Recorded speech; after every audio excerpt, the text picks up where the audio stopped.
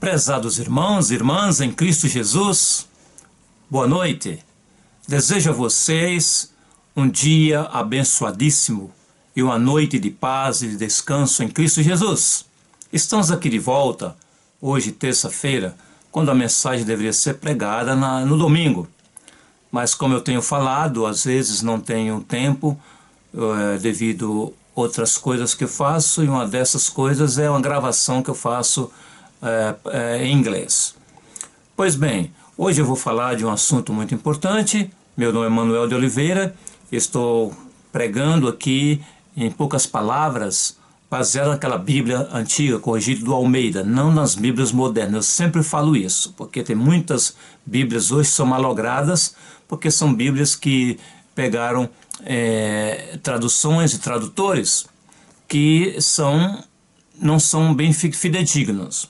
Então vou falar agora baseado nessa Bíblia, aquela Bíblia antiga. E o assunto é muito importante. Aqui fala de dois grupos de pessoas, e nós vamos ver. João, na primeira epístola de João, no capítulo 5, diz assim: todo aquele que crê que Jesus é o Cristo é nascido de Deus. E todo aquele que ama ao que o gerou, também ama ao que dele é nascido. Eu vou discorrer versículo por versículo até o 13º.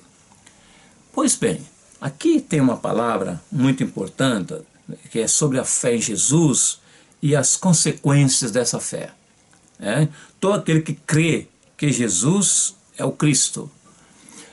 Jesus Cristo não é nem reconhecido e nem crido, e muito menos obedecido, até que essa pessoa lhe seja revelada a palavra de Deus através do Santo Espírito, que é o que ilumina e clareia a escuridão que há no coração e na mente do ser humano. Então, nisso conhecemos que amamos os filhos de Deus. Quando amamos a Deus, o guardamos os seus mandamentos. Hoje no meio cristão, porque hoje há tantos cristãos que só Deus sabe quem é salvo, quem não é, porque todos se denominam cristãos, vão em diferentes grupos, denominações, e se dizem cristãos. Mas o que a palavra de Deus diz que o verdadeiro cristão é aquele que guarda os mandamentos, porque os mandamentos, sendo guardados, mostram e confirmam que essa pessoa tem Deus na sua vida e que a semente da palavra, ela foi colocada no coração e brotada e produziu frutos. E um desses frutos é o mandamento que Deus fala que devemos guardar, que é obedecer a sua palavra. Nós sabemos que os dias em que atravessamos, existem muitas facções religiosas, e todas elas em nome de Cristo. Você sabia que cada dia que passa, o número de religiões e seitas e cultos aumentam? Existe uma grande proliferação dessas religiões cujos fundadores foram homens pecaminosos. Outro dia eu estava evangelizando em um bairro chamado Kingston, e lá tem um grupo de jovens bem trajados, num certo ponto são bem educados, polidos, e esses jovens, eles carregam um tablet, um pequeno computador em sua bolsa, tiracolo, e carregam a Bíblia também.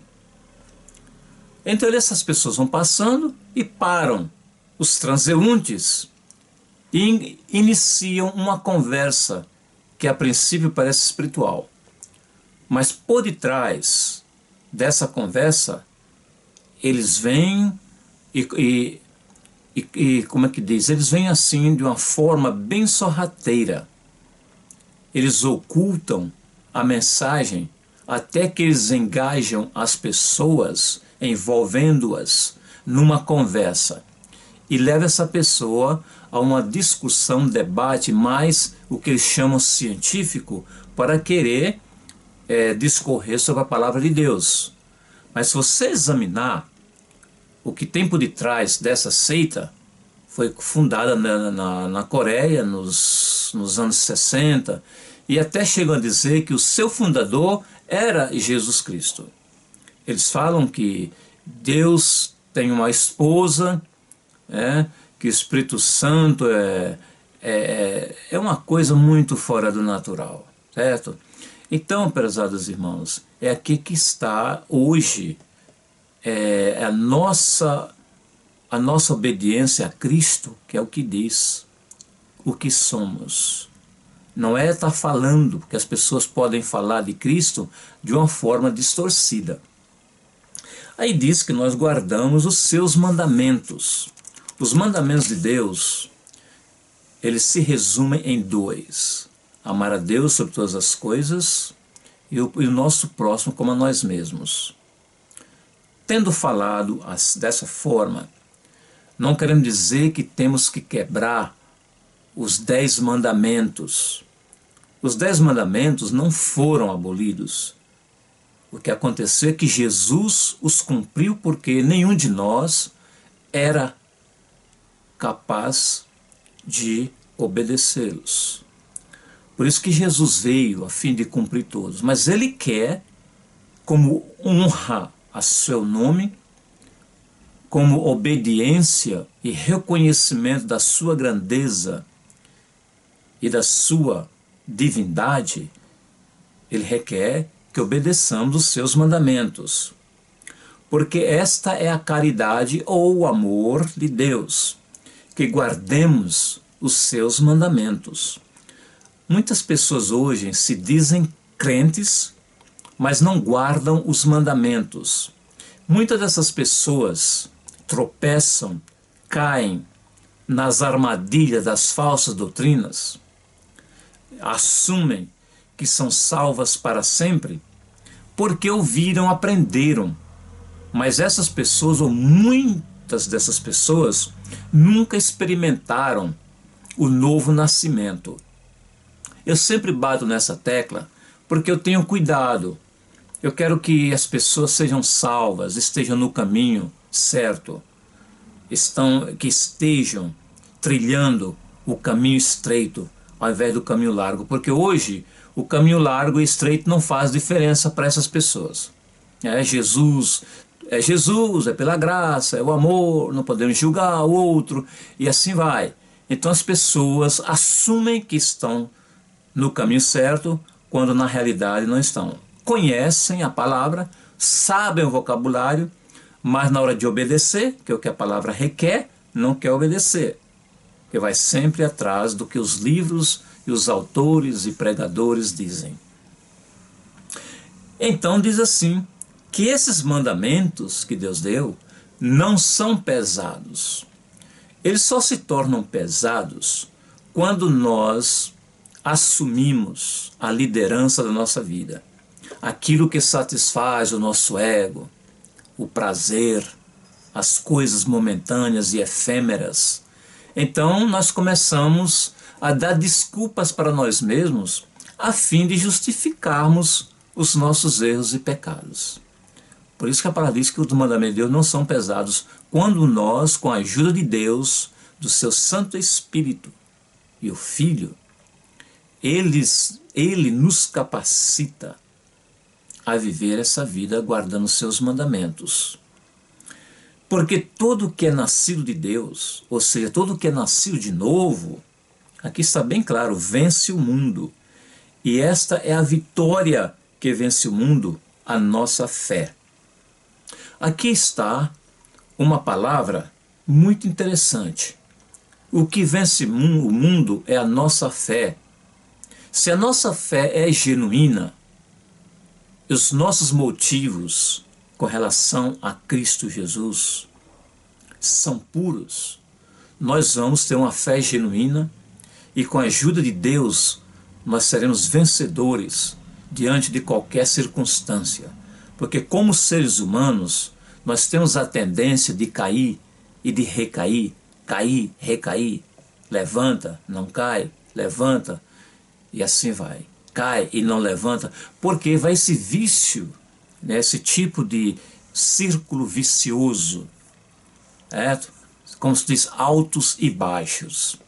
Muitas dessas coisas, elas invadem a nossa privacidade espiritual quando perdemos Jesus de vista ou colocamos a confiança nas nossas próprias forças. Aí diz assim no versículo 5 de 1 João capítulo 5, quem é que vence o mundo senão aquele que crê que Jesus é o Filho de Deus? As religiões como o islamismo, hoje também, essa religião islâmica inclusive fala que Jesus era um profeta, que Jesus era uma boa pessoa, mas não era Deus. E eles chegam até a falar que creem em Jesus. Eles chegam a falar, chegam até a dizer que eu creio mais em Jesus do que vocês. Por quê? Eles falam da forma maometana, da forma islâmica, como o Alcorão ensina. Um verdadeiro crente jamais vai aceitar esta falácia de que o muçulmano ama Jesus mais do que ele. Mas são coisas, são jargões que eles aprendem dos imãs nas mesquitas para confundir os crentes e para até passarem como muçulmano cristão, porque muitos até dizem que Jesus Cristo era um muçulmano, porque diz que se rendia, se prostrava diante de Deus. A Bíblia não diz que Jesus se prostrava diante de Deus, porque Jesus é Deus.